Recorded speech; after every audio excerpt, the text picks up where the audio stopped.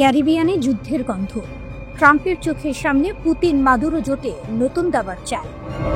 Caribbean সাগরে যেন ঝড়ের পূর্বাভাস। একদিকে মার্কিন যুদ্ধজাহাজ নোঙর করছে ট্রিনিদাদের উপকূলে, অন্যদিকে রাশিয়ার প্রেসিডেন্ট ভ্লাদিমির পুতিন স্বাক্ষর করলেন এক ঐতিহাসিক চুক্তিতে ভেনেজুয়েলার প্রেসিডেন্ট নিকোলাস মাদুরোর সঙ্গে নতুন কৌশলগত জোটে। এটি শুধু একটি চুক্তি নয়, বরং এক ভূ রাজনৈতিক ঘোষণা। আমেরিকার পেছনের উঠোনে রাশিয়া এখন উপস্থিত। রাশিয়া আনুষ্ঠানিকভাবে ভেনেজুয়েলার সঙ্গে প্রতিরক্ষা ও জ্বালানি চুক্তি অনুমোদন করেছে। পুতিন নিজে স্বাক্ষর করেছেন সেই নথিতে, যা কার্যকর হওয়ার পর দুই দেশ নতুন এক কৌশলগত অধ্যায়ে প্রবেশ করবে। চুক্তির আওতায় রয়েছে জ্বালানি, খনিজ সম্পদ আহরণ, পরিবহন ও যোগাযোগ, নিরাপত্তা সহযোগিতা এবং সন্ত্রাসবাদ দমন। অর্থাৎ ভেনেজুয়েলার আকাশ থেকে তার সমুদ্র পর্যন্ত রাশিয়ার ছায়া আরও ঘন হচ্ছে। মস্কো ও কারাকাস একমত হয়েছে নিয়মিত কূটনৈতিক ও সামরিক সংলাপে অংশ নিতে, যা ভবিষ্যতে পশ্চিমা প্রভাবকে সরাসরি চ্যালেঞ্জ করবে। একজন রুশ বিশ্লেষক এক কথায় বললেন, এই চুক্তি শুধু অর্থনীতি নয়, এটা আমেরিকার নাকের ডগায় এক সামরিক বার্তা। রাশিয়ার এই পদক্ষেপ এমন সময় এলো যখন মার্কিন প্রেসিডেন্ট ডোনাল্ড ট্রাম্প মাদক কার্টেল দমনের নামে ক্যারিবিয়ানের সামরিক তৎপরতা বাড়িয়েছেন। সম্প্রতি বিশ্বের সবচেয়ে বড় যুদ্ধজাহাজ ইউএসএস জেরাল্ড আর ফোর্ড নোঙর করেছে ট্রিনিদাদের বন্দরে। কিন্তু প্রতিবেশী ভেনেজুয়েলার মতে এটি কোনো মহড়া নয়, বরং এক সামরিক উস্কানি। ভেনেজুয়েলার ভাইস প্রেসিডেন্ট সতর্ক করে বলেছেন, স্পেন বন্দরে থাকা ওই যুদ্ধজাহাজ সম্পূর্ণ সংঘাতের সূত্রপাত ঘটাতে পারে। এমনকি ভেনেজুয়েলা অভিযোগ করেছে, ট্রিনিদাদ ও টোবাগো মার্কিন সিআইএ এর সঙ্গে মিলে এক শত্রুতামূলক অপারেশন পরিচালনা করছে। তাদের দাবি, সিআইএ এর নির্দেশে প্রশিক্ষিত ভাড়াটেরা ক্যারিবিয়ানে একটি মিথ্যা পতাকা হামলার পরিকল্পনা করছিল, যা শেষ পর্যন্ত ব্যর্থ হয়। রাজধানী কারাকাসে এক সাংবাদিক সম্মেলনে ভেনেজুয়েলার উপরাষ্ট্রপতি ডেলসি রদ্রিগেজ বলেন, আমরা এমন ভাড়াটেদের ধরেছি যাদের কাছে সিআইএ থেকে সরাসরি পাওয়া গোপন তথ্য ছিল। তার কথায় ছিল বারুদের গন্ধ। আমেরিকা আমাদের সীমান্তে আগুন জ্বালাতে চাইছে, আর রাশিয়া এসেছে সেই আগুন নেভাতে। এদিকে পোর্ট অফ স্পেনে মার্কিন দূতাবাসের বাইরে বিক্ষোভে ফেটে পড়েছে মানুষ। তাদের দাবি, আমরা যুদ্ধ চাই না, আমেরিকার যুদ্ধজাহাজ আমাদের ভূমি অপবিত্র করছে। আঞ্চলিক সংগঠন ক্যারিকম, যেখানে ট্রিনিদাদ ও টোবাগো সদস্য, তারা স্পষ্ট বলেছে এই মুহূর্তে প্রয়োজন সংলাপ নয় সংঘাত। কিন্তু রাশিয়ার পদক্ষেপ এখন আর শুধু সংলাপের বিষয় নয়, এটি এক কৌশলগত বাস্তবতা। পুতিন জানেন, ক্যারিবিয়ান হলো সেই জায়গা যেখানে একসময় কিউবা সংকট বিশ্বকে পারমাণবিক যুদ্ধের দ্বারপ্রান্তে নিয়ে গিয়েছিল।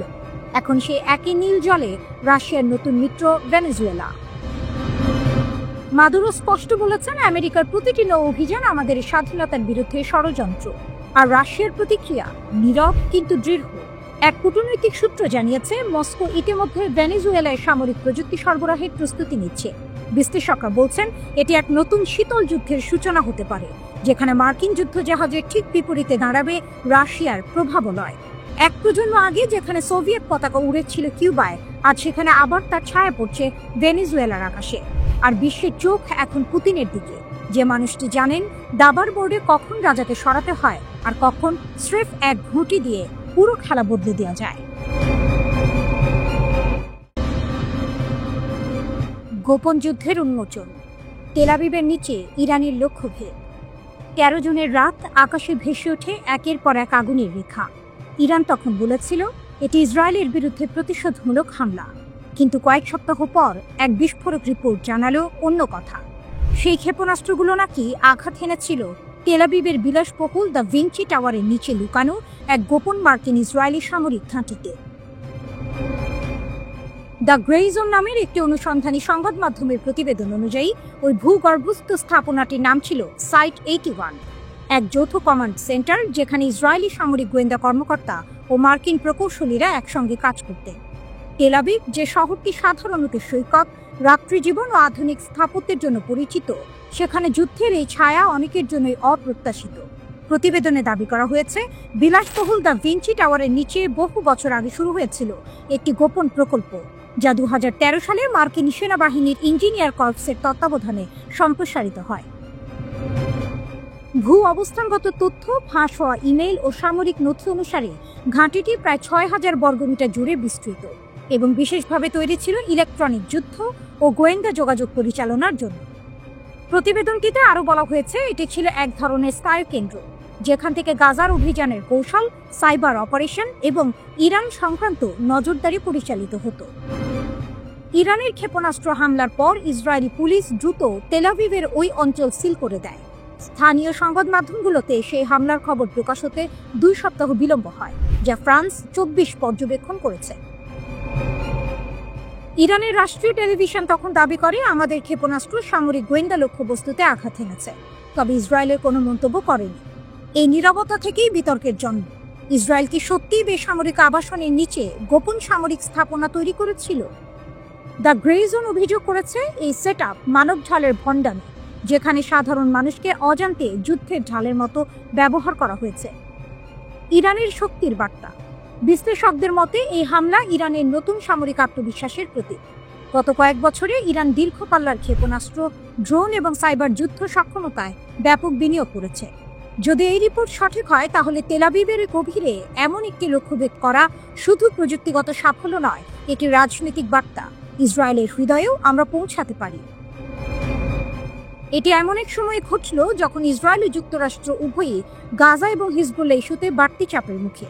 ফলে ইরানের এই পদক্ষেপকে অনেক বিশ্লেষক শক্তি ও সাহসের প্রদর্শন বলেই দেখছেন। গোপনীয়তার আবরণে যুদ্ধ।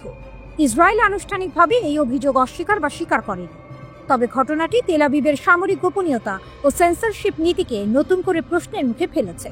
একদিকে ইরান তার সামরিক সক্ষমতা দিয়ে বার্তা দিতে চাইছে, আমরা নজর রাখছি।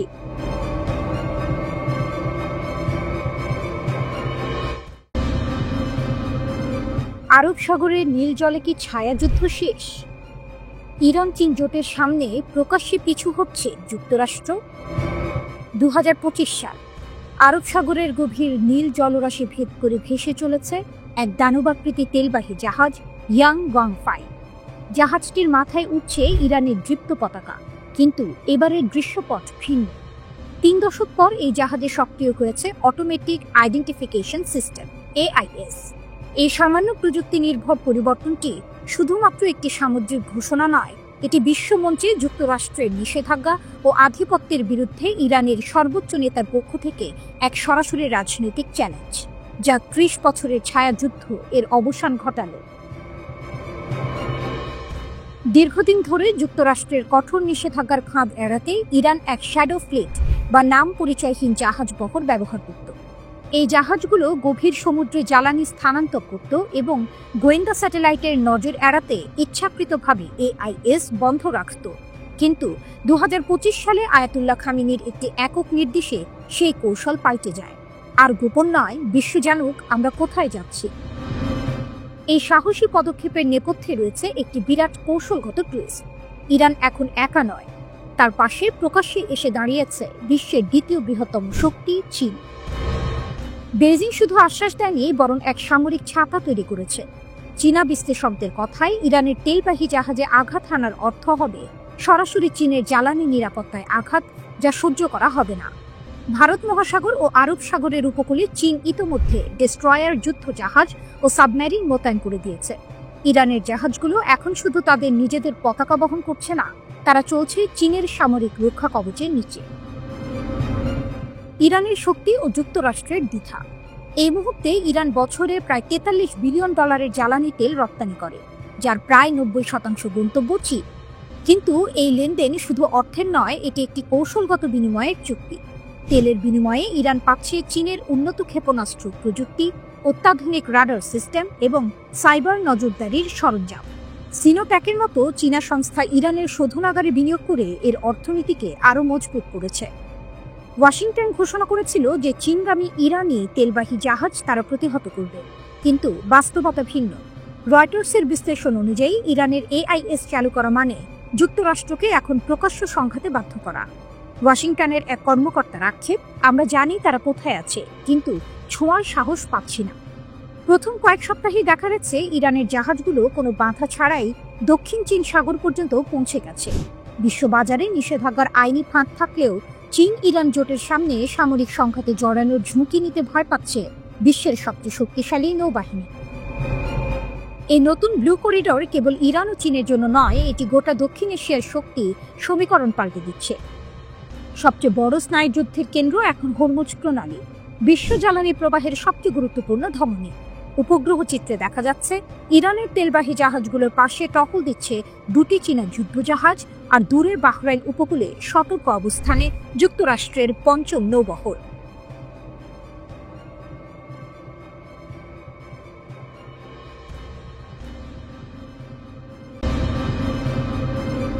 ইরান প্রকাশ্যে বলল ইসরায়েলের শেষের দিন ঘনিয়ে এসেছে।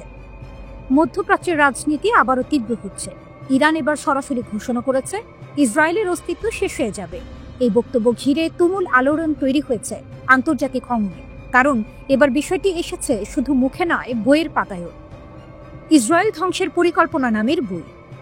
ইরানের ধর্মীয় নগর কওমে সম্প্রতি উন্মোচিত হয়েছে একটি বই, ইসরায়েল অ্যানিহিলেশন প্ল্যান বা ইসরায়েল ধ্বংসের পরিকল্পনা। বইটি লিখেছেন আলী রেজা পানাহিয়ান, যিনি ইরানের সর্বোচ্চ নেতা আয়াতুল্লাহ আলী খামেনির ঘনিষ্ঠ উপদেষ্টা ও ধর্মীয় নেতা। পানাহিয়ান বলেছেন এই বইটি খামেনি এবং আয়াতুল্লাহ খোমেনির মতাদর্শের একটি স্পষ্ট ব্যাখ্যা। ইরান ইন্টারন্যাশনাল সূত্রে জানা যায় দেশটির সরকারি বইটির প্রকাশন অনুমোদন দিয়েছে এবং এটিকে রাষ্ট্রীয় দৃষ্টিভঙ্গির অংশ হিসেবে দেখা হচ্ছে। 1979 সালের ইসলামী বিপ্লবের পর থেকেই ইরান ইসরায়েল বিরোধী অবস্থানকে তার রাষ্ট্রীয় নীতির অংশ করেছে। দেশটি ইসরায়েলকে পশ্চিমা সাম্রাজ্যবাদের প্রতীক হিসেবে দেখে। তাই ইসরায়েল ধ্বংস ইরানের কাছে শুধু রাজনৈতিক স্লোগান নয়, বরং এক আদর্শিক লক্ষ্য। বইটির শেষ অধ্যায়ে বলা হয়েছে সাম্প্রতিক 12 দিনের যুদ্ধ হল জায়নিস্ট শাসন ব্যবস্থাকে পতনের পথে ঠেলে দেওয়ার ইরানের বৃহৎ কৌশলের অংশ। লেখক দাবি করেন এই লড়াই কেবল যুদ্ধ নয়, বরং এক চলমান ঐতিহাসিক পরিকল্পনার অংশ। হামাসকে প্রশংসা, পশ্চিমকে সতর্কবার্তা। বইয়ের পেছনের সারাংশে হামাসের 2023 সালের 7 অক্টোবরের ইসরায়েল আক্রমণকে বিশ্বের জন্য জাগরণী ঘণ্টা বলে উল্লেখ করা হয়েছে। ইরান প্রকাশ্যে হামাসের কর্মকাণ্ডের প্রশংসা করছে, যা তেহরানের আঞ্চলিক প্রভাব বাড়ানোর ইঙ্গিত দেয়। এই প্রকাশনার সময়ে ইসরায়েল ইরান সংঘাতের নতুন অধ্যায় শুরু হয়েছে। জুনে ইসরায়েল ইরানের বিরুদ্ধে হামলা চালায়, অভিযোগ করে তেহরান সমৃদ্ধ ইউরেনিয়ামকে অস্ত্রে পরিণত করছে। যুদ্ধ ও পাল্টা আঘাত। এর জবাবে ইরান মার্কিন সামরিক ঘাঁটিতে ক্ষেপণাস্ত্র হামলা চালায়, যখন যুক্তরাষ্ট্র ইরানের 3টি পারমাণবিক স্থাপনায় টমাহক ও বাংকার বাস্টার বোমা ব্যবহার করে। এই ঘটনাকে অনেকেই 12 দিনের যুদ্ধ নামে ডাকছেন, যা মধ্যপ্রাচ্যে শক্তির ভারসাম্য নতুনভাবে নির্ধারণ করেছে। যুদ্ধের মাঝে কূটনীতি। যুদ্ধ থামেনি, তবুও ট্রাম্প প্রশাসন ঘোষণা দিয়েছে ইরান যদি প্রস্তুত থাকে আমরাও প্রস্তুত। এক বক্তৃতায় প্রেসিডেন্ট ডোনাল্ড ট্রাম্প বলেছেন এটি হবে ইরানের নেওয়া সবচেয়ে ভালো সিদ্ধান্ত। অন্যদিকে ইরানের পররাষ্ট্রমন্ত্রী বলছেন তারা যুক্তরাষ্ট্রের কাছ থেকে ন্যায্য ও ভারসাম্যপূর্ণ প্রস্তাব আশা করছেন। তবে ওয়াশিংটনে এখনো দ্বন্দ্ব আছে, তারা কি সত্যিই ইরানকে চাপ দিতে চায় নাকি আলোচনার টেবিলে আনতে। ইরানের শক্তি ও বার্তা। বিশ্লেষকদের মতে ইরান এখন শুধু সামরিক শক্তি নয়, একটি মতদর্শিক বলয় তৈরি করেছে, যা সিরিয়া, লেবানন ও গাজা পর্যন্ত বিস্তৃত। এই নেটওয়ার্কই ইরানের সবচেয়ে বড় শক্তি। তেহরান বার্তা দিচ্ছে তারা ভয় পায় না, বরং তারা প্রস্তুত এক নতুন মধ্যপ্রাচ্যের বাস্তবতা গড়তে। ইরানের এই প্রকাশ্য ঘোষণা একদিকে যুদ্ধের আশঙ্কা বাড়াচ্ছে, অন্যদিকে কূটনীতির পথও খুলে রাখছে। প্রশ্ন হচ্ছে এই ইসরায়েল ধ্বংসের পরিকল্পনা আসলেই কি কৌশলগত বার্তা নাকি আসন্ন সংঘাতের পূর্বাভাস।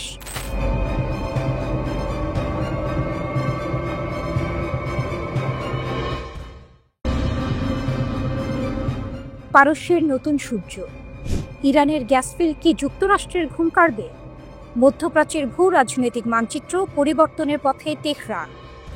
পারস্য উপসাগরের উপকূলে বাতাসে ভারী ধুলো, দূরে তেলের কূপে আগুনের লাল আভা ঝলক দিচ্ছে, কিন্তু চারপাশে নীরবতা। এই নীরবতার মধ্যে ইরানি প্রকৌশলীরা বিশাল মরুভূমির নিচে আবিষ্কার করেছেন এমন এক সম্পদ যা মধ্যপ্রাচ্যের ভূ রাজনৈতিক ভারসাম্য 1 দশকের জন্য বদলে দিতে পারে। এটি সেই মুহূর্ত যখন বিশ্ব রাজনীতির মানচিত্র আরেকবার নতুন করে আঁকা শুরু হলো। বিবিসি এক প্রতিবেদনে লিখেছে ইরানের দক্ষিণাঞ্চলের এই নতুন গ্যাস ক্ষেত্র আবিষ্কার কোনো সাধারণ ঘটনা নয়, এটা এক ভূ রাজনৈতিক কৌশল। নিষেধাজ্ঞা পেরিয়ে ইরান এখন আর শুধু একটি তেলের দেশ নয়, এটা প্রযুক্তির, বিজ্ঞানের এবং কৌশলের দেশ। নেতানিয়াহুর 3 হুমকি এবং ইরানের শক্তি। কয়েক বছর আগে ইসরায়েলের প্রধানমন্ত্রী বেনিয়ামিন নেতানিয়াহুকে প্রশ্ন করা হয়েছিল ইসরায়েলের জন্য সবচেয়ে বড় হুমকি কি। তিনি দ্বিধা না করে উত্তর দিয়েছিলেন, প্রথম হুমকি ইরান, দ্বিতীয় হুমকি ইরান, তৃতীয় হুমকিও ইরান। তখন এই কথাকে রাজনৈতিক নাটক মনে হলেও আজ তা এক নিষ্ঠুর বাস্তবতার প্রতিধ্বনি। কারণ যুক্তরাষ্ট্র ও পশ্চিমা শক্তি যখন চেয়েছিল অর্থনীতি চেপে ধরে ইরানকে হাঁটু গেড়ে বসাতে, তখন ঘটেছে উল্টোটা। ইরান নিষেধাজ্ঞার নিচে গড়ে তুলেছে এক আত্মনির্ভরশীল সামরিক ও প্রযুক্তিগত সাম্রাজ্য। পশ্চিমা শক্তি যে তালা দিয়ে ইরানকে বন্দী করতে চেয়েছিল, তার চাবি এখন ইরানের হাতে। ইরানের দক্ষিণাঞ্চলে পারস্য উপসাগরের উপকূল থেকে কিছু কিলোমিটার দূরে আবিষ্কৃত হয়েছে গ্যাস ফিল্ড। এতে মজুত রয়েছে প্রায় 10 ট্রিলিয়ন ঘনফুট গ্যাস এবং প্রায় 200 মিলিয়ন ব্যারেল তেল। এটি বাংলাদেশের বার্ষিক গ্যাস ব্যবহারের প্রায় 7 গুণ। ইরানের তেলমন্ত্রী বলেছেন, এটি শুধু জ্বালানি নয়, এটি সার্বভৌমত্বের শক্তি। আন্তর্জাতিক অর্থনীতিবিদরা বলছেন, এই আবিষ্কার ইরানের অর্থনীতিতে $1 ট্রিলিয়ন যোগ করতে পারে। ইরান এখন শুধু জ্বালানির রপ্তানিকারক নয়, বরং মধ্যপ্রাচ্যের ক্ষমতার কেন্দ্রবিন্দু হতে চলেছে, যা সরাসরি সৌদি আরব, কুয়েত ও কাতারের আধিপত্যে আঘাত হানছে। নিষেধাজ্ঞাকে অস্ত্র বানানো। গল্প এখানেই শেষ নয়। যুক্তরাষ্ট্রের কঠোর নিষেধাজ্ঞার পরেও ইরান যেভাবে তাদের রপ্তানি চালিয়ে যাচ্ছে, তা এক প্রকার গুপ্তযুদ্ধের কৌশল। ব্লুমবার্গের রিপোর্ট অনুযায়ী ইরান তাদের তেল চীনে পাঠাচ্ছে এবং বিনিময়ে কোনো ডলার না নিয়ে নিচ্ছে আধা তৈরি গাড়ি। সেই গাড়িগুলো ইরানের মেড ইন ইরান ট্যাগ লাগিয়ে বাজারে ছাড়া হচ্ছে। মার্কিন ভূ রাজনীতি বিশ্লেষকরা বলছেন, নিষেধাজ্ঞা এখন আর ইরানকে থামাতে পারে না, বরং এটি যুক্তরাষ্ট্রের দুর্বলতাকেই প্রকাশ করেছে। মধ্যপ্রাচ্য বিশেষজ্ঞ করিম সাদিক মন্তব্য করেছেন, ইরান এখন নিষেধাজ্ঞাকে অস্ত্র হিসেবে ব্যবহার করছে, যা পশ্চিমা দেশগুলো আগে কল্পনাও করেনি। তেহরানের এই ক্রমবর্ধমান শক্তিতে ঘুম কেড়ে নিয়েছে ওয়াশিংটন ও তেল আবিবে। ইসরায়েল এখন সরাসরি সামরিক প্রস্তুতিতে নেমেছে। তেল আবিবে যুক্তরাষ্ট্র মোতায়েন করেছে অতিরিক্ত থার্ড মিসাইল ডিফেন্স ইউনিট এবং দক্ষিণ কোরিয়া থেকে আনা হচ্ছে প্যাট্রিয়ট সিস্টেমের নতুন ব্যাটারি। অন্যদিকে ইরানও বসেনি। তারা রাশিয়ার সহায়তায় প্রতিরক্ষা ব্যবস্থা পুনরুদ্ধার করেছে এবং চীনের long range air defence system Hormuz প্রণালী থেকে ইরাক সীমান্ত পর্যন্ত সক্রিয় করেছে।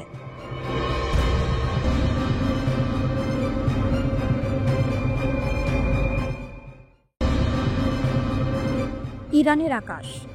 হঠাৎ তেহরানের সামরিক সদর দপ্তরে একটি জরুরি বার্তা পৌঁছায়। একটি অজানা স্টেলথ ড্রোন ইরানের আকাশ সীমায় প্রবেশ করেছে। সেটি ছিল আমেরিকার তৈরি লকহিড মার্টিনের অত্যাধুনিক RQ-170 সেন্টিনেল ড্রোন। পঞ্চম প্রজন্মের এই ড্রোনটিকে তখন পর্যন্ত কোনো দেশের রাডার সহজে ধরতে পারত না। কিন্তু সেদিন ভাগ্য ছিল ভিন্ন। ইরানের Islamic revolutionary guard corps IRGC তাদের ইলেকট্রনিক ওয়ারফেয়ার ইউনিট সক্রিয় করে। কয়েক মিনিটের মধ্যে ড্রোনটির GPS সিগন্যাল জ্যাম করা হয় এবং অলৌকিক বা আশ্চর্যজনকভাবে সেটি প্রায় অক্ষত অবস্থায় ইরানের মাটিতে অবতরণ করে। সামরিক রহস্য ফাঁস, আমেরিকার দুঃস্বপ্ন। 2011 সালের এই ঘটনা দ্রুতই বিশ্বজুড়ে এক বিরাট ভূ রাজনৈতিক বিষয়ে পরিণত হয়। যুক্তরাষ্ট্রের সামরিক বিশেষজ্ঞরা তখন মন্তব্য করেছিলেন, RQ-170 সেন্টিনেল একটি চলমান প্রযুক্তিগত ল্যাবরেটরি। এটি ইরানের হাতে পড়া মানে যুক্তরাষ্ট্রের সামরিক রহস্য ফাঁস হয়ে যাওয়া। ওয়াশিংটন পোস্টে লিখেছিল, ড্রোনটি হারানো কেবল একটি যন্ত্র হারানো নয়, বরং এটি যুক্তরাষ্ট্রের গোপন সামরিক সফটওয়্যারের এক অনবদ্য ক্ষতি। প্রায় 2000 কিলোমিটার রেঞ্জের এই ড্রোনটি তখন ওসামা বিন লাদেনকে খুঁজে বের করার অভিযানেও গুরুত্বপূর্ণ ভূমিকা নিয়েছিল। কিন্তু সেই প্রযুক্তি রাতারাতি পরিণত হলো আমেরিকার জন্য সবচেয়ে বড় দুঃস্বপ্নে। রিভার্স ইঞ্জিনিয়ারিং এ জন্ম নিল শাহিদ ড্রোন। ইরানের হাতে ধরা পড়ার পর শুরু হয় এক নতুন অধ্যায়, রিভার্স ইঞ্জিনিয়ারিং। ইরানের প্রকৌশলীরা মাত্র 18 মাসে ড্রোনটির মূল কাঠামো পুনর্নির্মাণ করতে সক্ষম হন। এর ফলস্বরূপ জন্ম নেয় ইরানের নিজস্ব শাহিদ 191 এবং শাহিদ 197 সিরিজের ড্রোন। ইসরায়েলি সংবাদ মাধ্যম বিশ্লেষণ করে বলেছে, ইরান শুধু কপি করেনি, বরং প্রযুক্তিটিকে নতুন স্তরে উন্নীত করেছে। শাহিদ এখন শুধু নজরদারি ড্রোন নয়, এটি এখন আক্রমণাত্মক অস্ত্র। ড্রোনটির প্যালোড 500 কেজি থেকে বাড়িয়ে 100 কেজি ধরা হয়েছে এবং এতে যুক্ত করা হয়েছে 3টি ইয়ার্ড টু গ্রাউন্ড মিসাইল। এই মডেলের সবচেয়ে বড় বৈশিষ্ট্য হলো এর উন্নত ইলেকট্রনিক জ্যামিং প্রযুক্তি। ইরান দাবি করেছে, এই ড্রোন শত্রু রাডারকে ধোঁকা দিতে সক্ষম এবং প্রয়োজন হলে ভুল সংকেত পাঠিয়ে প্রতিপক্ষের প্রতিরক্ষা ভেঙে দিতে পারে। ডিফেন্স পোস্ট লিখেছে, RQ-170 ছিল যুক্তরাষ্ট্রের গর্ব, কিন্তু প্রযুক্তির পুনর্জন্ম এখন তেহরানের হাতে। ইসরায়েলের সবচেয়ে বড় ভয় এখন এই শাহিদ ড্রোন। বিশ্লেষকরা বলছেন, যদি ইরান একযোগে শাহিদ ড্রোন দিয়ে প্রথম আঘাত হানে, তবে ইসরায়েলের আকাশ প্রতিরক্ষা ব্যবস্থা আয়রন ডোম বা ডেভিড স্লিং সিস্টেম অন্তত 60 থেকে 70% অচল হয়ে পড়তে পারে। কারণ স্টেলথ প্রযুক্তির এই ড্রোনগুলো শনাক্ত করা তাদের পক্ষে সবসময় সম্ভব নয়। প্রতিরক্ষা ব্যবস্থা ভেঙে পড়লে ইরানের অন্যান্য সাধারণ ড্রোন ও ক্ষেপণাস্ত্র সহজেই ইসরায়েলি শহরগুলোতে আঘাত হানতে পারবে। ইরানের এই প্রযুক্তিগত উদ্ভাবন তাকে শুধু আত্মনির্ভরশীল সামরিক শক্তিতে পরিণত করেনি, বরং আন্তর্জাতিক অস্ত্র বাজারেও জায়গা করে নিয়েছে। আজ রাশিয়াও ইরান থেকে ড্রোন কিনেছে। প্রশ্ন হচ্ছে, এই পরিস্থিতি ঠেকাতে যুক্তরাষ্ট্র ও ইসরায়েল কি করবে? বিশেষজ্ঞরা মনে করছেন, ইরানের সক্ষমতা যত বাড়ছে, যুদ্ধের ঝুঁকি ততই বাড়ছে। তেহরানের সামরিক ঘাঁটিতে এখন সারি সারি দাঁড়িয়ে আছে শাহিদ ড্রোন। প্রশ্ন হলো, কখন সেই মুহূর্ত আসবে যখন ইরানের আকাশ থেকে একদল স্টেলথ ড্রোন একসাথে উড়ে গিয়ে ইতিহাস বদলে দেবে?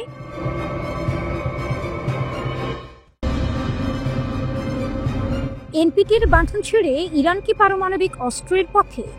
তেহরানের সীমাহীন ক্ষেপণাস্ত্রের ঘোষণা, মনস্তাত্ত্বিক যুদ্ধ নাকি নতুন বৈশ্বিক ভারসাম্যের সূচনা?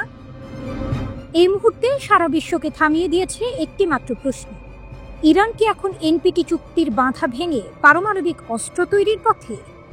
ইরানের রাষ্ট্রীয় টেলিভিশনে দেশটির পররাষ্ট্রমন্ত্রী আব্বাস আরাগচির ঘোষণা ছিল স্পষ্ট: ইরান আইইএএ এর সাথে পরমাণু সহযোগিতা চুক্তি স্থগিত করেছে। এর অর্থ কার্যত ইরান এখন আর কোনো বহিরাগত সংস্থার কাছে তার পারমাণবিক কর্মসূচির জন্য জবাবদিহি করবে না। এই ঘোষণার পর বিশ্ব জুড়ে প্রশ্ন উঠেছে, তাহলে কি ইরান এবার পারমাণবিক অস্ত্র তৈরির ঘোষণা দিতে যাচ্ছে, নাকি পশ্চিমা জোটকে এক মনস্তাত্ত্বিক ধাক্কা দিতে তেহরান খেলছে এক নতুন ভূ রাজনৈতিক দাবার চাল? এনপিটি বা নন প্রলিফারেশন ট্রিটি হলো পারমাণবিক অস্ত্রের বিস্তার রোধের জন্য জাতিসংঘের একটি বৈশ্বিক চুক্তি। এই চুক্তিতে থাকা দেশগুলো পারমাণবিক অস্ত্র তৈরি না করার প্রতিশ্রুতি দেয়, কিন্তু যখন কোনো দেশ এই চুক্তি স্থগিত করে বা বেরিয়ে আসে, তখন তার মানে হলো সেই দেশ নিজের পারমাণবিক কর্মসূচির ওপর আর কোনো নজরদারি মেনে নেবে না। কূটনৈতিক মহলে কানাঘুষা শুরু হয়েছে। ইরান কি তাহলে এবার স্বাধীন পরমাণু রাষ্ট্রের পথে হাঁটছে? বিশ্লেষকরা বলছেন, গত জুন মাসে ইসরায়েলি যুক্তরাষ্ট্রের হামলায় ইরানের বহু পরমাণু বিজ্ঞানী নিহত হওয়া এবং স্থাপনা ধ্বংসের পরই এই সিদ্ধান্তে বীজ রোপিত হয়েছিল। তেহরান এখন বলছে, তোমরা আমাদের ওপর যুদ্ধ চাপিয়ে দিয়েছ, এখন আমরা নিজেদের মতো চলব। ক্ষেপণাস্ত্রের সীমা তুলে নিলেন খামেনি। ইরানের সিদ্ধান্ত শুধু পরমাণু চুক্তি পর্যন্তই থামেনি, এর চেয়েও বড় পদক্ষেপ এসেছে ইরানের সর্বোচ্চ ধর্মীয় নেতা আয়াতুল্লাহ আলী খামেনির কাছ থেকে। দীর্ঘদিন ধরে 2200 কিলোমিটার পর্যন্ত সীমা ছিল ইরানের ক্ষেপণাস্ত্র কর্মসূচি, কিন্তু এখন সেই সীমা আর নেই। এর অর্থ কি দাঁড়ায়?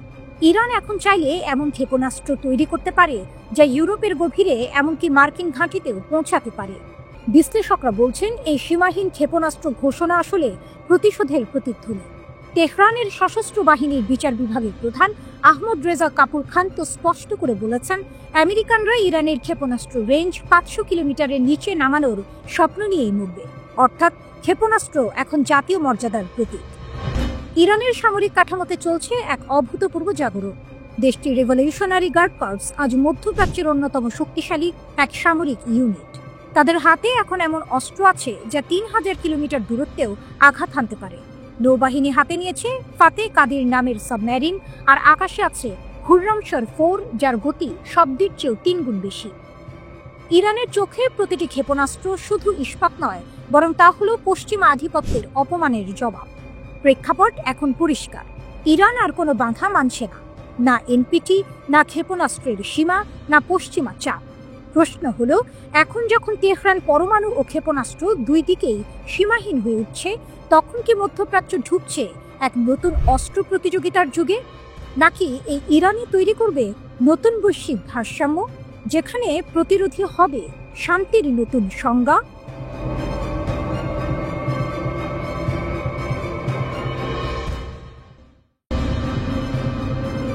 ইরানের আকাশ। হঠাৎ তেহরানের সামরিক সদর দপ্তরে একটি জরুরি বার্তা পৌঁছায়। একটি অজানা স্টেলথ ড্রোন ইরানের আকাশ সীমায় প্রবেশ করেছে। সেটি ছিল আমেরিকার তৈরি লকহিড মার্টিনের অত্যাধুনিক RQ-170 সেন্টিনেল ড্রোন।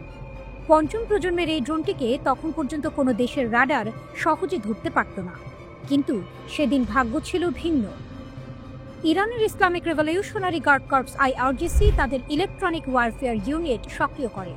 কয়েক মিনিটের মধ্যে ড্রোনটির GPS সিগন্যাল জ্যাম করা হয় এবং অলৌকিক বা আশ্চর্যজনকভাবে সেটি প্রায় অক্ষত অবস্থায় ইরানের মাটিতে অবতরণ করে। সামরিক রহস্য ফাঁস, আমেরিকার দুঃস্বপ্ন। 2011 সালের এই ঘটনা দ্রুতই বিশ্বজুড়ে এক বিরাট ভূ রাজনৈতিক বিষয়ে পরিণত হয়। যুক্তরাষ্ট্রের সামরিক বিশেষজ্ঞরা তখন মন্তব্য করেছিলেন, RQ-170 সেন্টিনেল একটি চলমান প্রযুক্তিগত ল্যাবরেটরি। এটি ইরানের হাতে পড়া মানে যুক্তরাষ্ট্রের সামরিক রহস্য ফাঁস হয়ে যাওয়া। ওয়াশিংটন পোস্টে লিখেছিল, ড্রোনটি হারানো কেবল একটি যন্ত্র হারানো নয়, বরং এটি যুক্তরাষ্ট্রের গোপন সামরিক সফটওয়্যারের এক অনবদ্য ক্ষতি। প্রায় 2000 কিলোমিটার রেঞ্জের এই ড্রোনটি তখন ওসামা বিন লাদেনকে খুঁজে বের করার অভিযানেও গুরুত্বপূর্ণ ভূমিকা নিয়েছিল। কিন্তু সেই প্রযুক্তি রাতারাতি পরিণত হল আমেরিকার জন্য সবচেয়ে বড় দুঃস্বপ্নে। রিভার্স ইঞ্জিনিয়ারিং এ জন্ম নিল শাহিদ ড্রোন। ইরানের হাতে ধরা পড়ার পর শুরু হয় এক নতুন অধ্যায়, রিভার্স ইঞ্জিনিয়ারিং। ইরানের প্রকৌশলীরা মাত্র 18 মাসে ড্রোনটির মূল কাঠামো পুনর্নির্মাণ করতে সক্ষম হন। এর ফলস্বরূপ জন্ম নেয় ইরানের নিজস্ব শাহিদ 191 এবং শাহিদ 197 সিরিজের ড্রোন। ইসরায়েলি সংবাদ মাধ্যম বিশ্লেষণ করে বলেছে, ইরান শুধু কপি করেনি, বরং প্রযুক্তিটিকে নতুন স্তরে উন্নীত করেছে। শাহিদ এখন শুধু নজরদারি ড্রোন নয়, এটি এখন আক্রমণাত্মক অস্ত্র। ড্রোনটির প্যালোড 500 কেজি থেকে বাড়িয়ে 100 কেজি ধরা হয়েছে এবং এতে যুক্ত করা হয়েছে 3টি ইয়ার্ড টু গ্রাউন্ড মিসাইল। এই মডেলের সবচেয়ে বড় বৈশিষ্ট্য হলো এর উন্নত ইলেকট্রনিক জ্যামিং প্রযুক্তি। ইরান দাবি করেছে, এই ড্রোন শত্রু রাডারকে ধোঁকা দিতে সক্ষম এবং প্রয়োজন হলে ভুল সংকেত পাঠিয়ে প্রতিপক্ষের প্রতিরক্ষা ভেঙে দিতে পারে। ডিফেন্স পোস্ট লিখেছে, RQ-170 ছিল যুক্তরাষ্ট্রের গর্ব, কিন্তু প্রযুক্তির পুনর্জন্ম এখন তেহরানের হাতে। ইসরায়েলের সবচেয়ে বড় ভয় এখন এই শাহিদ ড্রোন। বিশ্লেষকরা বলছেন, যদি ইরান একযোগে শাহিদ ড্রোন দিয়ে প্রথম আঘাত হানে, তবে ইসরায়েলের আকাশ প্রতিরক্ষা ব্যবস্থা আয়রন ডোম বা ডেভিড স্লিং সিস্টেম অন্তত 60 থেকে 70% অচল হয়ে পড়তে পারে। কারণ স্টেলথ প্রযুক্তির এই ড্রোনগুলো শনাক্ত করা তাদের পক্ষে সবসময় সম্ভব নয়। প্রতিরক্ষা ব্যবস্থা ভেঙে পড়লে ইরানের অন্যান্য সাধারণ ড্রোন ও ক্ষেপণাস্ত্র সহজেই ইসরায়েলি শহরগুলোতে আঘাত হানতে পারবে। ইরানের এই প্রযুক্তিগত উদ্ভাবন তাকে শুধু আত্মনির্ভরশীল সামরিক শক্তিতে পরিণত করেনি, বরং আন্তর্জাতিক অস্ত্র বাজারেও জায়গা করে নিয়েছে। আজ রাশিয়াও ইরান থেকে ড্রোন কিনেছে।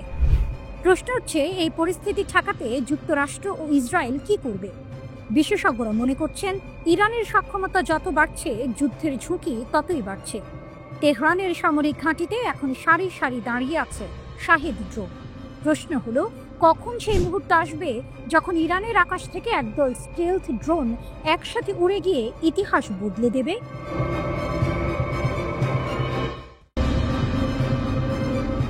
পারস্যের নতুন সূর্য। ইরানের গ্যাসফিল্ড কি যুক্তরাষ্ট্রের ঘুম কাড়বে? মধ্যপ্রাচ্যের ভূ রাজনৈতিক মানচিত্র পরিবর্তনের পথে তেহরান। পারস্য উপসাগরের উপকূলে বাতাসে ভারী ধুলো। দূরে তেলের কূপে আগুনের লাল আভা ঝলক দিচ্ছে, কিন্তু চারপাশে নীরবতা। এই নীরবতার মধ্যে ইরানি প্রকৌশলীরা বিশাল মরুভূমির নিচে আবিষ্কার করেছেন এমন এক সম্পদ, যা মধ্যপ্রাচ্যের ভূ রাজনৈতিক ভারসাম্য 1 দশকের জন্য বদলে দিতে পারে। এটি সেই মুহূর্ত যখন বিশ্ব রাজনীতির মানচিত্র আরেকবার নতুন করে আঁকা শুরু হলো। বিবিসি এক প্রতিবেদনে লিখেছে, ইরানের দক্ষিণাঞ্চলের এই নতুন গ্যাস ক্ষেত্র আবিষ্কার কোনো সাধারণ ঘটনা নয়, এটা এক ভূ রাজনৈতিক কৌশল। নিষেধাজ্ঞা পেরিয়ে ইরান এখন আর শুধু একটি তেলের দেশ নয়, এটা প্রযুক্তির, বিজ্ঞানের এবং কৌশলের দেশ। নেতানিয়াহুর 3 হুমকি এবং ইরানের শক্তি। কয়েক বছর আগে ইসরায়েলের প্রধানমন্ত্রী বেনিয়ামিন নেতানিয়াহুকে প্রশ্ন করা হয়েছিল, ইসরায়েলের জন্য সবচেয়ে বড় হুমকি কি? তিনি দ্বিধা না করেই উত্তর দিয়েছিলেন, প্রথম হুমকি ইরান, দ্বিতীয় হুমকি ইরান, তৃতীয় হুমকিও ইরান। তখন এই কথাকে রাজনৈতিক নাটক মনে হলেও আজ তা এক নিষ্ঠুর বাস্তবতার প্রতিধ্বনি। কারণ যুক্তরাষ্ট্র ও পশ্চিমা শক্তি যখন চেয়েছিল অর্থনীতি চেপে ধরে ইরানকে হাঁটু গেড়ে বসাতে, তখন ঘটেছে উল্টোটা। ইরান নিষেধাজ্ঞার নিচে গড়ে তুলেছে এক আত্মনির্ভরশীল সামরিক ও প্রযুক্তিগত সাম্রাজ্য। পশ্চিমা শক্তি যে তালা দিয়ে ইরানকে বন্দী করতে চেয়েছিল তার চাবি এখন ইরানের হাতে। ইরানের দক্ষিণাঞ্চলে পারস্য উপসাগরের উপকূল থেকে কিছু কিলোমিটার দূরে আবিষ্কৃত হয়েছে গ্যাস ফিল্ড। এতে মজুত রয়েছে প্রায় 10 ট্রিলিয়ন ঘনফুট গ্যাস এবং প্রায় 200 মিলিয়ন ব্যারেল তেল। এটি বাংলাদেশের বার্ষিক গ্যাস ব্যবহারের প্রায় 7 গুণ। ইরানের তেলমন্ত্রী বলেছেন, এটি শুধু জ্বালানি নয়, এটি সার্বভৌমত্বের শক্তি। আন্তর্জাতিক অর্থনীতিবিদরা বলছেন, এই আবিষ্কার ইরানের অর্থনীতিতে $1 ট্রিলিয়ন যোগ করতে পারে। ইরান এখন শুধু জ্বালানির রপ্তানিকারক নয়, বরং মধ্যপ্রাচ্যের ক্ষমতার কেন্দ্রবিন্দু হতে চলেছে, যা সরাসরি সৌদি আরব, কুয়েত ও কাতারের আধিপত্যে আঘাত হানছে। নিষেধাজ্ঞাকে অস্ত্র বানানো। গল্প এখানেই শেষ নয়। যুক্তরাষ্ট্রের কঠোর নিষেধাজ্ঞার পরেও ইরান যেভাবে তাদের রপ্তানি চালিয়ে যাচ্ছে তা এক প্রকার গুপ্তযুদ্ধের কৌশল। ব্লুমবার্গের রিপোর্ট অনুযায়ী ইরান তাদের তেল চীনে পাঠাচ্ছে এবং বিনিময়ে কোনো ডলার না নিয়ে নিচ্ছে আধা তৈরি গাড়ি। সেই গাড়িগুলো ইরানের মেড ইন ইরান ট্যাগ লাগিয়ে বাজারে ছাড়া হচ্ছে। মার্কিন ভূ রাজনীতি বিশ্লেষকরা বলছেন, নিষেধাজ্ঞা এখন আর ইরানকে থামাতে পারে না, বরং এটি যুক্তরাষ্ট্রের দুর্বলতাকেই প্রকাশ করেছে। মধ্যপ্রাচ্য বিশেষজ্ঞ করিম সাদিক মন্তব্য করেছেন, ইরান এখন নিষেধাজ্ঞাকে অস্ত্র হিসেবে ব্যবহার করছে, যা পশ্চিমা দেশগুলো আগে কল্পনাও করেনি। তেহরানের এই ক্রমবর্ধমান শক্তিতে ঘুম কেড়ে নিয়েছে ওয়াশিংটন ও তেল আবিবের। ইসরায়েল এখন সরাসরি সামরিক প্রস্তুতিতে নেমেছে। তেল আবিবে যুক্তরাষ্ট্র মোতায়েন করেছে অতিরিক্ত থার্ড মিসাইল ডিফেন্স ইউনিট এবং দক্ষিণ কোরিয়া থেকে আনা হচ্ছে প্যাট্রিয়ট সিস্টেমের নতুন ব্যাটারি। অন্যদিকে ইরানও বসেনি। তারা রাশিয়ার সহায়তায় প্রতিরক্ষা ব্যবস্থা পুনরুদ্ধার করেছে এবং চীনের long range air defence system Hormuz প্রণালী থেকে ইরাক সীমান্ত পর্যন্ত সক্রিয় করেছে।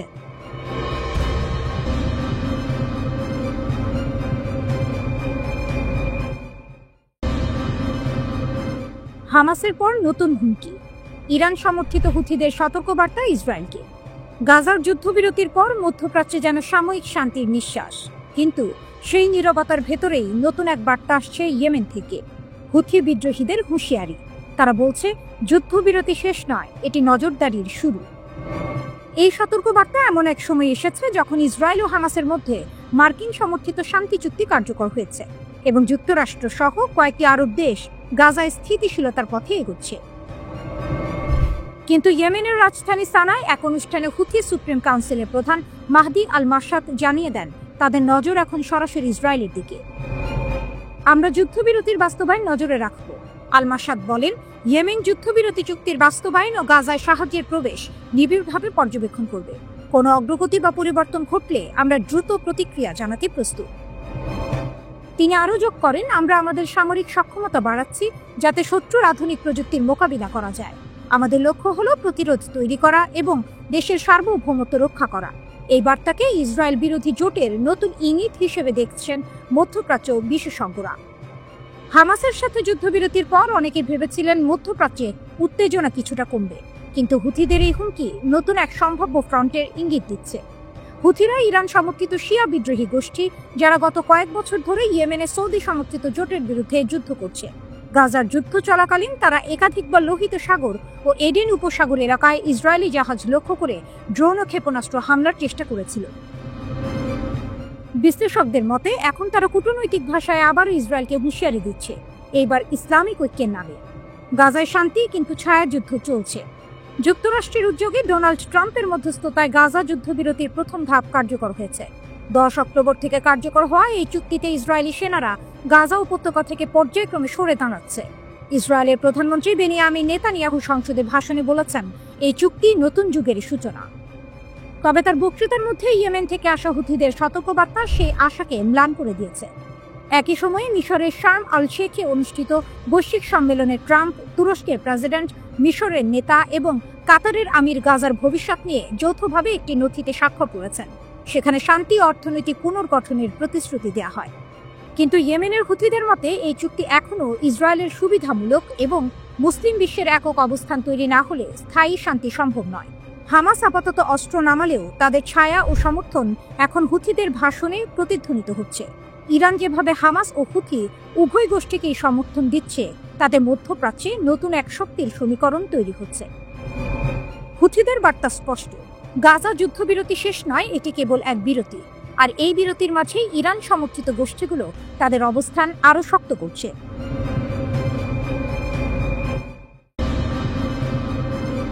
ইরান প্রকাশ্যে বলল ইসরায়েলের শেষের দিন ঘনিয়ে এসেছে। মধ্যপ্রাচ্যের রাজনীতি আবারও তীব্র হচ্ছে। ইরান এবার সরাসরি ঘোষণা করেছে ইসরায়েলের অস্তিত্ব শেষ হয়ে যাবে। এই বক্তব্য ঘিরে তুমুল আলোড়ন তৈরি হয়েছে আন্তর্জাতিক অঙ্গনে, কারণ এবার বিষয়টি এসেছে শুধু মুখে নয়, বইয়ের পাতায়ও। ইসরায়েল ধ্বংসের পরিকল্পনা নামের বই। ইরানের ধর্মীয় নগর কওমে সম্প্রতি উন্মোচিত হয়েছে একটি বই, ইসরায়েল অ্যানিহিলেশন প্ল্যান বা ইসরায়েল ধ্বংসের পরিকল্পনা। বইটি লিখেছেন আলী রেজা পানাহিয়ান, যিনি ইরানের সর্বোচ্চ নেতা আয়াতুল্লাহ আলী খামেনির ঘনিষ্ঠ উপদেষ্টা ও ধর্মীয় নেতা। পানাহিয়ান বলেছেন এই বইটি খামেনি এবং আয়াতুল্লাহ খোমেনির মতাদর্শের একটি স্পষ্ট ব্যাখ্যা। ইরান ইন্টারন্যাশনাল সূত্রে জানা যায় দেশটির সরকারই বইটির প্রকাশন অনুমোদন দিয়েছে এবং এটিকে রাষ্ট্রীয় দৃষ্টিভঙ্গির অংশ হিসেবে দেখা হচ্ছে। 1979 সালের ইসলামী বিপ্লবের পর থেকেই ইরান ইসরায়েল বিরোধী অবস্থানকে তার রাষ্ট্রীয় নীতির অংশ করেছে। দেশটি ইসরায়েলকে পশ্চিমা সাম্রাজ্যবাদের প্রতীক হিসেবে দেখে। তাই ইসরায়েল ধ্বংস ইরানের কাছে শুধু রাজনৈতিক স্লোগান নয়, বরং এক আদর্শিক লক্ষ্য। বইটির শেষ অধ্যায়ে বলা হয়েছে সাম্প্রতিক 12 দিনের যুদ্ধ হল জায়নিস্ট শাসন ব্যবস্থাকে পতনের পথে ঠেলে দেওয়ার ইরানের বৃহৎ কৌশলের অংশ। লেখক দাবি করেন এই লড়াই কেবল যুদ্ধ নয়, বরং এক চলমান ঐতিহাসিক পরিকল্পনার অংশ। হামাসকে প্রশংসা, পশ্চিমকে সতর্কবার্তা। বইয়ের পেছনের সারাংশে হামাসের 2023 সালের 7 অক্টোবরের ইসরায়েল আক্রমণকে বিশ্বের জন্য জাগরণী ঘণ্টা বলে উল্লেখ করা হয়েছে। ইরান প্রকাশ্যে হামাসের কর্মকাণ্ডের প্রশংসা করছে, যা তেহরানের আঞ্চলিক প্রভাব বাড়ানোর ইঙ্গিত দেয়। এই প্রকাশনার সময়ে ইসরায়েল ইরান সংঘাতের নতুন অধ্যায় শুরু হয়েছে। জুনে ইসরায়েল ইরানের বিরুদ্ধে হামলা চালায়, অভিযোগ করে তেহরান সমৃদ্ধ ইউরেনিয়ামকে অস্ত্রে পরিণত করছে। যুদ্ধ ও পাল্টা আঘাত। এর জবাবে ইরান মার্কিন সামরিক ঘাঁটিতে ক্ষেপণাস্ত্র হামলা চালায়, যখন যুক্তরাষ্ট্র ইরানের 3টি পারমাণবিক স্থাপনায় টমাহক ও বাংকার বাস্টার বোমা ব্যবহার করে। এই ঘটনাকে অনেকেই 12 দিনের যুদ্ধ নামে ডাকছেন, যা মধ্যপ্রাচ্যে শক্তির ভারসাম্য নতুনভাবে নির্ধারণ করেছে। যুদ্ধের মাঝে কূটনীতি। যুদ্ধ থামেনি, তবুও ট্রাম্প প্রশাসন ঘোষণা দিয়েছে ইরান যদি প্রস্তুত থাকে আমরাও প্রস্তুত। এক বক্তৃতায় প্রেসিডেন্ট ডোনাল্ড ট্রাম্প বলেছেন এটি হবে ইরানের নেওয়া সবচেয়ে ভালো সিদ্ধান্ত। অন্যদিকে ইরানের পররাষ্ট্রমন্ত্রী বলছেন তারা যুক্তরাষ্ট্রের কাছ থেকে ন্যায্য ও ভারসাম্যপূর্ণ প্রস্তাব আশা করছেন। তবে ওয়াশিংটনে এখনো দ্বন্দ্ব আছে, তারা কি সত্যিই ইরানকে চাপ দিতে চায় নাকি আলোচনার টেবিলে আনতে। ইরানের শক্তি ও বার্তা। বিশ্লেষকদের মতে ইরান এখন শুধু সামরিক শক্তি নয়, একটি মতদর্শিক বলয় তৈরি করেছে, যা সিরিয়া, লেবানন ও গাজা পর্যন্ত বিস্তৃত। এই নেটওয়ার্কই ইরানের সবচেয়ে বড় শক্তি। তেহরান বার্তা দিচ্ছে তারা ভয় পায় না, বরং তারা প্রস্তুত এক নতুন মধ্যপ্রাচ্যের বাস্তবতা গড়তে। ইরানের এই প্রকাশ্য ঘোষণা একদিকে যুদ্ধের আশঙ্কা বাড়াচ্ছে, অন্যদিকে কূটনীতির পথও খুলে রাখছে। প্রশ্ন হচ্ছে এই ইসরায়েল ধ্বংসের পরিকল্পনা আসলেই কি কৌশলগত বার্তা নাকি আসন্ন সংঘাতের পূর্বাভাস।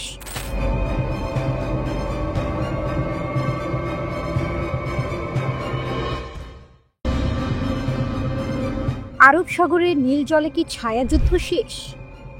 ইরান চীন জোটের সামনে প্রকাশ্যে পিছু হচ্ছে যুক্তরাষ্ট্র। 2025 সাল। আরব সাগরের গভীর নীল জলরাশি ভেদ করে ভেসে চলেছে এক দানবাকৃতি তেলবাহী জাহাজ ইয়াং ওয়াং-5। জাহাজটির মাথায় উঠছে ইরানের দৃপ্ত পতাকা, কিন্তু এবারের দৃশ্যপট ভিন্ন। 3 দশক পর এই জাহাজে সক্রিয় হয়েছে অটোমেটিক আইডেন্টিফিকেশন সিস্টেম AIS। এই সামান্য প্রযুক্তি নির্ভর পরিবর্তনটি শুধুমাত্র একটি সামুদ্রিক ঘোষণা নয়, এটি বিশ্বমঞ্চে যুক্তরাষ্ট্রের নিষেধাজ্ঞা ও আধিপত্যের বিরুদ্ধে ইরানের সর্বোচ্চ নেতার পক্ষ থেকে এক সরাসরি রাজনৈতিক চ্যালেঞ্জ, যা 30 বছরের ছায়াযুদ্ধ এর অবসান ঘটালো। দীর্ঘদিন ধরে যুক্তরাষ্ট্রের কঠোর নিষেধাজ্ঞার ফাঁদ এড়াতে ইরান এক শ্যাডো ফ্লিট বা নাম পরিচয়হীন জাহাজ বহর ব্যবহার করত। এই জাহাজগুলো গভীর সমুদ্রে জ্বালানি স্থানান্তর করত এবং গোয়েন্দা স্যাটেলাইটের নজর এড়াতে ইচ্ছাকৃতভাবে AIS বন্ধ রাখত। কিন্তু 2025 সালে আয়াতুল্লাহ খামেনির একটি একক নির্দেশে সেই কৌশল পাল্টে যায়। আর গোপন নয়, বিশ্ব জানুক আমরা কোথায় যাচ্ছি। এই সাহসী পদক্ষেপের নেপথ্যে রয়েছে একটি বিরাট কৌশলগত টুইস্ট। ইরান এখন একা নয়, তার পাশে প্রকাশ্যে এসে দাঁড়িয়েছে বিশ্বের দ্বিতীয় বৃহত্তম শক্তি চীন। বেইজিং শুধু আশ্বাস দেয়নি, বরং এক সামরিক ছাতা তৈরি করেছে। চীনা বিশ্লেষকদের কথায় ইরানের তেলবাহী জাহাজে আঘাত হানার অর্থ হবে সরাসরি চীনের জ্বালানি নিরাপত্তায় আঘাত, যা সহ্য করা হবে না। ভারত মহাসাগর ও আরব সাগরের উপকূলে চীন ইতোমধ্যে ডেস্ট্রয়ার, যুদ্ধ জাহাজ ও সাবমেরিন মোতায়েন করে দিয়েছে। ইরানের জাহাজগুলো এখন শুধু তাদের নিজেদের পতাকা বহন করছে না, তারা চলছে চীনের সামরিক রক্ষা কবচের নিচে। ইরানের শক্তি ও যুক্তরাষ্ট্রের দ্বিধা। এই মুহূর্তে ইরান বছরে প্রায় $43 বিলিয়ন জ্বালানি তেল রপ্তানি করে, যার প্রায় 90% গন্তব্য চীন। কিন্তু এই লেনদেন শুধু অর্থের নয়, এটি একটি কৌশলগত বিনিময়ের চুক্তি। তেলের বিনিময়ে ইরান পাচ্ছে চীনের উন্নত ক্ষেপণাস্ত্র প্রযুক্তি, অত্যাধুনিক রাডার সিস্টেম এবং সাইবার নজরদারির সরঞ্জাম। সিনোপ্যাকের মতো চীনা সংস্থা ইরানের শোধনাগারে বিনিয়োগ করে এর অর্থনীতিকে আরও মজবুত করেছে। ওয়াশিংটন ঘোষণা করেছিল যে চীনগামী ইরানি তেলবাহী জাহাজ তারা প্রতিহত করবে, কিন্তু বাস্তবতা ভিন্ন। রয়টার্সের বিশ্লেষণ অনুযায়ী ইরানের AIS চালু করা মানে যুক্তরাষ্ট্রকে এখন প্রকাশ্য সংঘাতে বাধ্য করা। ওয়াশিংটনের এক কর্মকর্তার আক্ষেপ, আমরা জানি তারা কোথায় আছে, কিন্তু ছোঁয়ার সাহস পাচ্ছি না।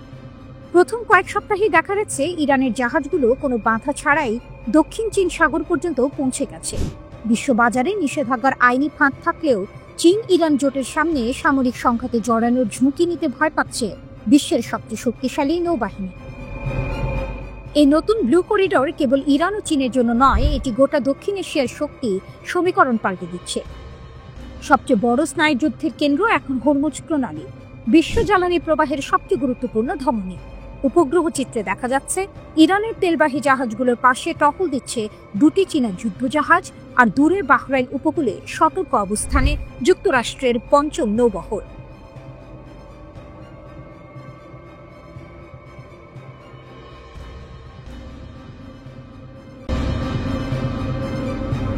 এনপিটির বাঁধন ছেড়ে ইরান কি পারমাণবিক অস্ত্রের পথে? তেহরানের সীমাহীন ক্ষেপণাস্ত্রের ঘোষণা। মনস্তাত্ত্বিক যুদ্ধ নাকি নতুন বৈশ্বিক ভারসাম্যের সূচনা?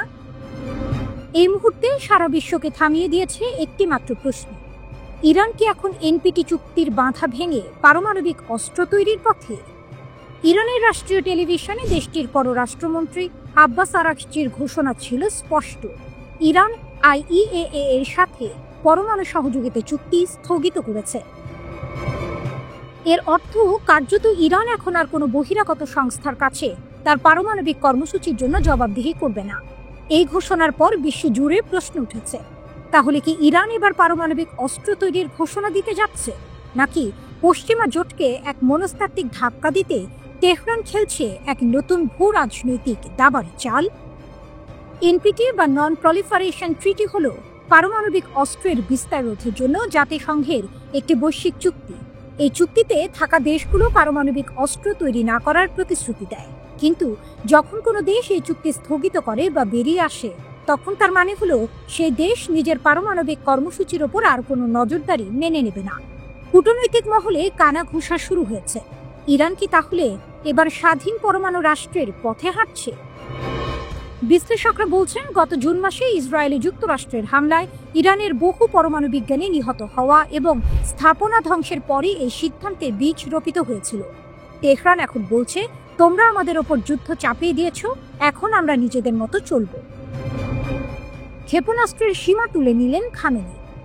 ইরানের সিদ্ধান্ত শুধু পরমাণু চুক্তি পর্যন্তই থামেনি, এর চেয়েও বড় পদক্ষেপ এসেছে ইরানের সর্বোচ্চ ধর্মীয় নেতা আয়াতুল্লাহ আলী খামেনির কাছ থেকে।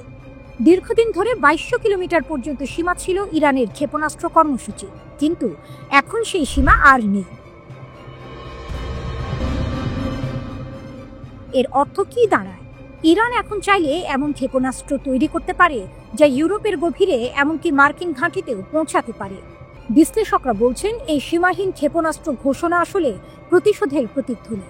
তেহরানের সশস্ত্র বাহিনীর বিচার বিভাগের প্রধান আহমদ রেজা কাপুর খান তো স্পষ্ট করে বলেছেন, আমেরিকানরা ইরানের ক্ষেপণাস্ত্র রেঞ্জ 500 কিলোমিটারের নিচে নামানোর স্বপ্ন নিয়েই মরবে। অর্থাৎ ক্ষেপণাস্ত্র এখন জাতীয় মর্যাদার প্রতীক। ইরানের সামরিক কাঠামোতে চলছে এক অভূতপূর্ব জাগরণ। দেশটির রেভলিউশনারি গার্ড কর্পস আজ মধ্যপ্রাচ্যের অন্যতম শক্তিশালী এক সামরিক ইউনিট। তাদের হাতে এখন এমন অস্ত্র আছে যা 3000 কিলোমিটার দূরত্বেও আঘাত হানতে পারে। নৌবাহিনী হাতে নিয়েছে ফাতে কাদির নামের সাবমেরিন, আর আকাশে আছে খুররামশার 4, যার গতি শব্দের চেয়েও 3 গুণ বেশি। ইরানের চোখে প্রতিটি ক্ষেপণাস্ত্র শুধু ইস্পাত নয়, বরং তা হল পশ্চিমা আধিপত্যের অপমানের জবাব। প্রেক্ষাপট এখন পরিষ্কার, ইরান আর কোনো বাধা মানছে না, না এনপিটি, না ক্ষেপণাস্ত্রের সীমা, না পশ্চিমা চাপ।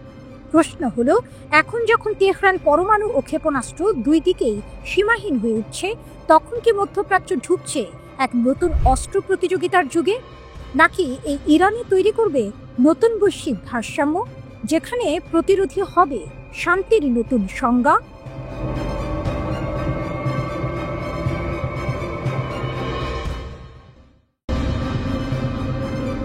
গোপন যুদ্ধের উন্মোচন, তেল আবিবের নিচে ইরানের লক্ষ্যভেদ। 13 জুনের রাত আকাশে ভেসে ওঠে একের পর এক আগুনের রেখা। ইরান তখন বলেছিল এটি ইসরায়েলের বিরুদ্ধে প্রতিশোধমূলক হামলা, কিন্তু কয়েক সপ্তাহ পর এক বিস্ফোরক রিপোর্ট জানালো অন্য কথা। সেই ক্ষেপণাস্ত্রগুলো নাকি আঘাত হেনেছিল তেল আবিবের বিলাসবহুল দ্য ভিঞ্চি টাওয়ারের নিচে লুকানো এক গোপন মার্কিন ইসরায়েলি সামরিক ঘাঁটিতে। দ্য গ্রে জোন নামের একটি অনুসন্ধানী সংবাদ মাধ্যমের প্রতিবেদন অনুযায়ী ওই ভূগর্ভস্থ স্থাপনাটির নাম ছিল সাইট 81, এক যৌথ কমান্ড সেন্টার যেখানে ইসরায়েলি সামরিক গোয়েন্দা কর্মকর্তা ও মার্কিন প্রকৌশলীরা একসঙ্গে কাজ করতেন। তেল আবিব, যে শহরটি সাধারণত সৈকত, রাত্রিজীবন ও আধুনিক স্থাপত্যের জন্য পরিচিত, সেখানে যুদ্ধের এই ছায়া অনেকের জন্যই অপ্রত্যাশিত। প্রতিবেদনে দাবি করা হয়েছে, বিলাসবহুল দ্য ভিঞ্চি টাওয়ারের নিচে বহু বছর আগে শুরু হয়েছিল একটি গোপন প্রকল্প, যা 2013 সালে মার্কিন সেনাবাহিনীর ইঞ্জিনিয়ার কর্পসের তত্ত্বাবধানে সম্প্রসারিত হয়। ভূ অবস্থানগত তথ্য, ফাঁস হওয়া ইমেল ও সামরিক নথি অনুসারে ঘাঁটিটি প্রায় 6000 বর্গমিটার জুড়ে বিস্তৃত এবং বিশেষভাবে তৈরি ছিল ইলেকট্রনিক যুদ্ধ ও গোয়েন্দা যোগাযোগ পরিচালনার জন্য। প্রতিবেদনটিতে আরও বলা হয়েছে, এটি ছিল এক ধরনের স্থায়ী কেন্দ্র যেখান থেকে গাজার অভিযানের কৌশল, সাইবার অপারেশন এবং ইরান সংক্রান্ত নজরদারি পরিচালিত হতো। ইরানের ক্ষেপণাস্ত্র হামলার পর ইসরায়েলি পুলিশ দ্রুত তেল আবিবের ওই অঞ্চল সিল করে দেয়। স্থানীয় সংবাদ মাধ্যমগুলোতে সেই হামলার খবর প্রকাশ হতে 2 সপ্তাহ বিলম্ব হয়, যা ফ্রান্স 24 পর্যবেক্ষণ করেছে।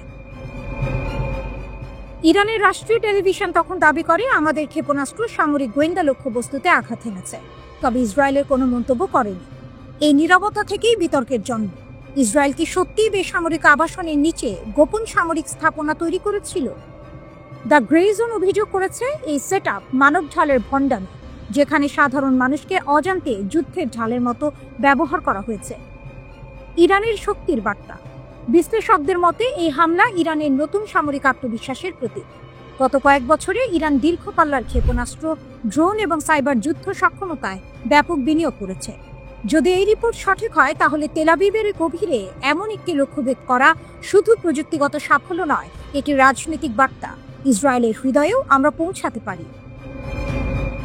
এটি এমন এক সময় ঘটল যখন ইসরায়েল ও যুক্তরাষ্ট্র উভয়ই গাজা এবং হিজবুল্লাহ ইস্যুতে বাড়তি চাপের মুখে। ফলে ইরানের এই পদক্ষেপকে অনেক বিশ্লেষক শক্তি ও সাহসের প্রদর্শন বলেই দেখছেন।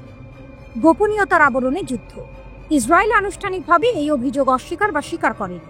তবে ঘটনাটি তেল আবিবের সামরিক গোপনীয়তা ও সেন্সরশিপ নীতিকে নতুন করে প্রশ্নের মুখে ফেলেছে। একদিকে ইরান তার সামরিক সক্ষমতা দিয়ে বার্তা দিতে চাইছে, আমরা নজর রাখছি।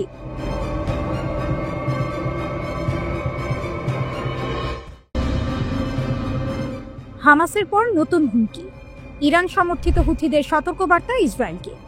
গাজার যুদ্ধবিরতির পর মধ্যপ্রাচ্যে যেন সাময়িক শান্তির নিঃশ্বাস, কিন্তু সেই নীরবতার ভেতরেই নতুন এক বার্তা আসছে ইয়েমেন থেকে।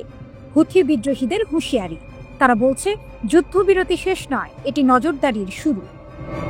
এই সতর্কবার্তা এমন এক সময় এসেছে যখন ইসরায়েল ও হামাসের মধ্যে মার্কিন সমর্থিত শান্তি চুক্তি কার্যকর হয়েছে এবং যুক্তরাষ্ট্র সহ কয়েকটি আরব দেশ গাজায় স্থিতিশীলতার পথে এগোচ্ছে। কিন্তু ইয়েমেনের রাজধানী সানায় এক অনুষ্ঠানে হুথি সুপ্রিম কাউন্সিলের প্রধান মাহদি আল মারসাদ জানিয়ে দেন, তাদের নজর এখন সরাসরি ইসরায়েলের দিকে। আমরা যুদ্ধবিরতির বাস্তবায়ন নজরে রাখব। আল মারসাদ বলেন, ইয়েমেন যুদ্ধবিরতি চুক্তির বাস্তবায়ন ও গাজায় সাহায্যের প্রবেশ নিবিড়ভাবে পর্যবেক্ষণ করবে।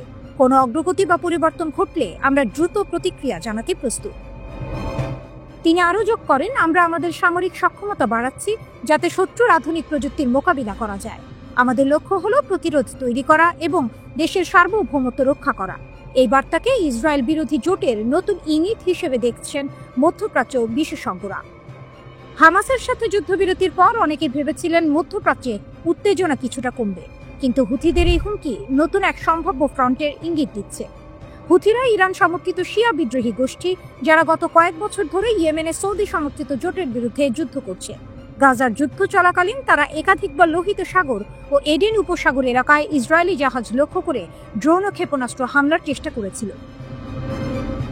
বিশ্লেষকদের মতে এখন তারা কূটনৈতিক ভাষায় আবারও ইসরায়েলকে হুঁশিয়ারি দিচ্ছে, এইবার ইসলামিক ঐক্যের নামে। গাজায় শান্তি, কিন্তু ছায়াযুদ্ধ চলছে। যুক্তরাষ্ট্রের উদ্যোগে ডোনাল্ড ট্রাম্পের মধ্যস্থতায় গাজা যুদ্ধবিরতির প্রথম ধাপ কার্যকর হয়েছে।